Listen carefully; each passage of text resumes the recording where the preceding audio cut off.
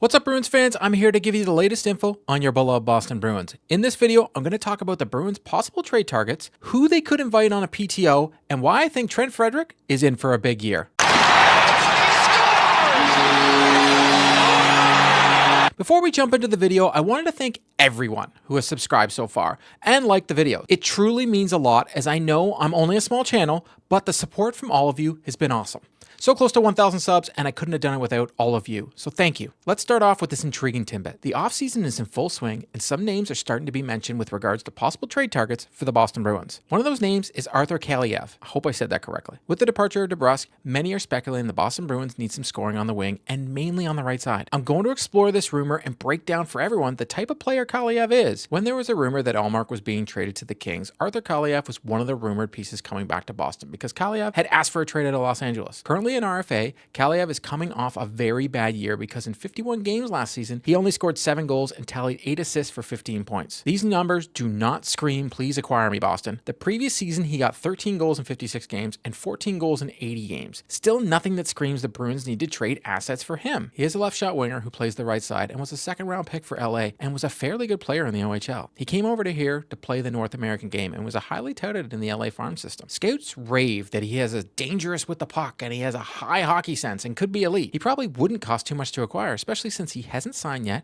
and he most likely wouldn't be in for too much of a raise from the $894,000 he made last season. Bench rates has him salary comps around $2.4 million, min at 1.6. With his poor performance the past couple seasons, he might be willing to sign a prove me 1-year deal to bet on himself. If he's already asking for a trade, he obviously believes in himself. He isn't going to be doing anything on LA, as they have him in bottom 6. From what the scouts say, his talent should be in the top 6. He is 6'2" and 188, so he has the size the Bruins have been attracted to this offseason. What he would cost, though, is the big question, because I doubt LA is looking for more prospects. LA has one of the best prospects pools in the league and is looking to get themselves out of the first round of the playoffs and contend. Ullmark would have been the perfect fit, but we all know he turned down going west and now is an Ottawa Senator. I want to start off by saying I think a player like Trent Frederic would be a non-starter for me, as he would be a player LA would want, but I think he has more value than Kaliyev, and I think he's in for a great year. Honestly, also with Kaliyev, I don't know if I'm saying it correctly, so let me know in the comment. If you traded a player like Frederic, you'd be filling a hole and creating one, so you're not really solving any of the needs you have. You'd have to look at players like Morgan Geekie and the newly acquired Mark Kostelik and Max Jones, plus something else. I don't think any of those players would move the needle up for LA, and I truly think Geekie is the new team Swiss Army knife, that he can play anywhere in the lineup you ask him and produce. Honestly, this deal doesn't feel like something the Bruins could do for many reasons, and one being the assets going back to LA. I truly doubt the Bruins would even think about moving Beecher or Patra for him, as their ceiling right now is looking a lot higher, and moving away from them could be a huge mistake. You have Lysel Merkulov, who it seems could be ready to step into the lineup, and would also seem that the Bruins upper management think they can too. I'm not saying you can't move players like Frederic or Beecher, but I think if you're going to think about that and get a return that's worth it, and not for a player that's struggled for the past 2 seasons and hasn't even lived up to his potential. I understand Kaliyev is only 23, but is he really the answer the Bruins are looking for? Let me know in the comments below what you think of the trade potential, and if he could be a good fit for the Boston Bruins. The next thing I wanted to talk about was training camp isn't far off, and with that, the Bruins are looking to fill some holes on the wing, and I have no doubt that we're looking to sign some players on PTOs and see if they can fit in with their current lineup. Last year, the Bruins signed Danton Heinen to a PTO, and that turned out to be pretty darn good, and wish they could have found a way to resign him. Dominik Kubalik is a scoring forward who played on a bad team who hasn't signed anywhere, produced just 15 points in Ottawa last season, but 11 of those points happen to be goals. He also happens to have 20 and 30 goal seasons under his belt in the NHL. He is a player who might find a deal somewhere else this summer, but if he goes unsigned, a PTO in Boston may present an intriguing opportunity for the Czech forward, who is familiar with his 2 other countrymen on the Bruins, David Pastrnak and Pavel Zacha. Kubalik, I think I said it properly that time, has shown he can score goals, but is a left winger, and the Bruins right now need help on the right side. I think his potential is too much to pass up, and hope the Bruins invite him to camp if he is available. Cal Clutterbuck might be a little old, but he was a valuable role for the New York Islanders for a lot of years and could bring more sandpaper to the Boston Bruins. Clutterbuck's style play screams Boston Bruin, but he doesn't fill the need in the top 6, and he would be a bottom 6 player. He is a player that I have wanted on the Bruins for years, but his speed isn't what it used to be, and his lack of offensive production would be a hard pass for me. Kyle Yamamoto remains a free agent after a down season with the Seattle Kraken. In 59 games, he posted 8 goals and 16 points. Overall, it was a challenging year for him, but there is a reason to believe he could bounce back. Before his stint with the Kraken, Yamamoto put together some strong seasons as a member of the Edmonton Oilers. In 2022-23, he posted 10 goals and 25 points in 58 games. While that is decent secondary production, he has done even more in the past. For example, he had a 20 goals and 41 points points in 81 games for the Oilers just back in 21-22. He also scored 11 goals and 26 points in 27 games for the Edmonton Oilers in 2019-20. Going through the list of potential players with PTOs, Kubalik feels like the better fit because he does have scoring history. Yamamoto feels more of a project, and since his 20-goal season, he's only declined. On a PTO, sure, for both of these players, but the list of players right now isn't much. I don't see any of the current UFAs being a player that the Bruins should sign because they can fill the void on the right side. When going through the guys available, a glaring thing I noticed is their age, which a lot of players are on the wrong side of 30. We'll see what the Bruins do, and my guess is they do invite a couple players to create competition at camp, but in the end, I think the Bruins think that some of these guys like Lysell or Merkelov are going to take a step. Trent Frederic has come a long way since being drafted in 2016. This also came on the heels of the infamous 2015 draft, team's first under general manager Don Sweeney. Frederic has now played 280 games in the NHL, and the fan base loves him. He's learned he doesn't need to punch people in the face to be effective. You could easily make the argument that Frederic is not a top 6 forward, but you could also make the argument that he deserves a chance. I don't think he deserves a chance because he was drafted in the first round, because even the Bruins at the time said they didn't picture him in that role. Bruins, for some god-awful reason, like to reach in the draft, and I'm honestly seriously tired of it. I always think you should take the best player available, no matter what the need is. Notable players taken after Frederic are Alex DeBrincat, Samuel Girardi, Philip Hronek, and Adam Fox. Now, I want to make it clear, it's easy for me to go back and say, hey, they should have took this player, they should have took that player.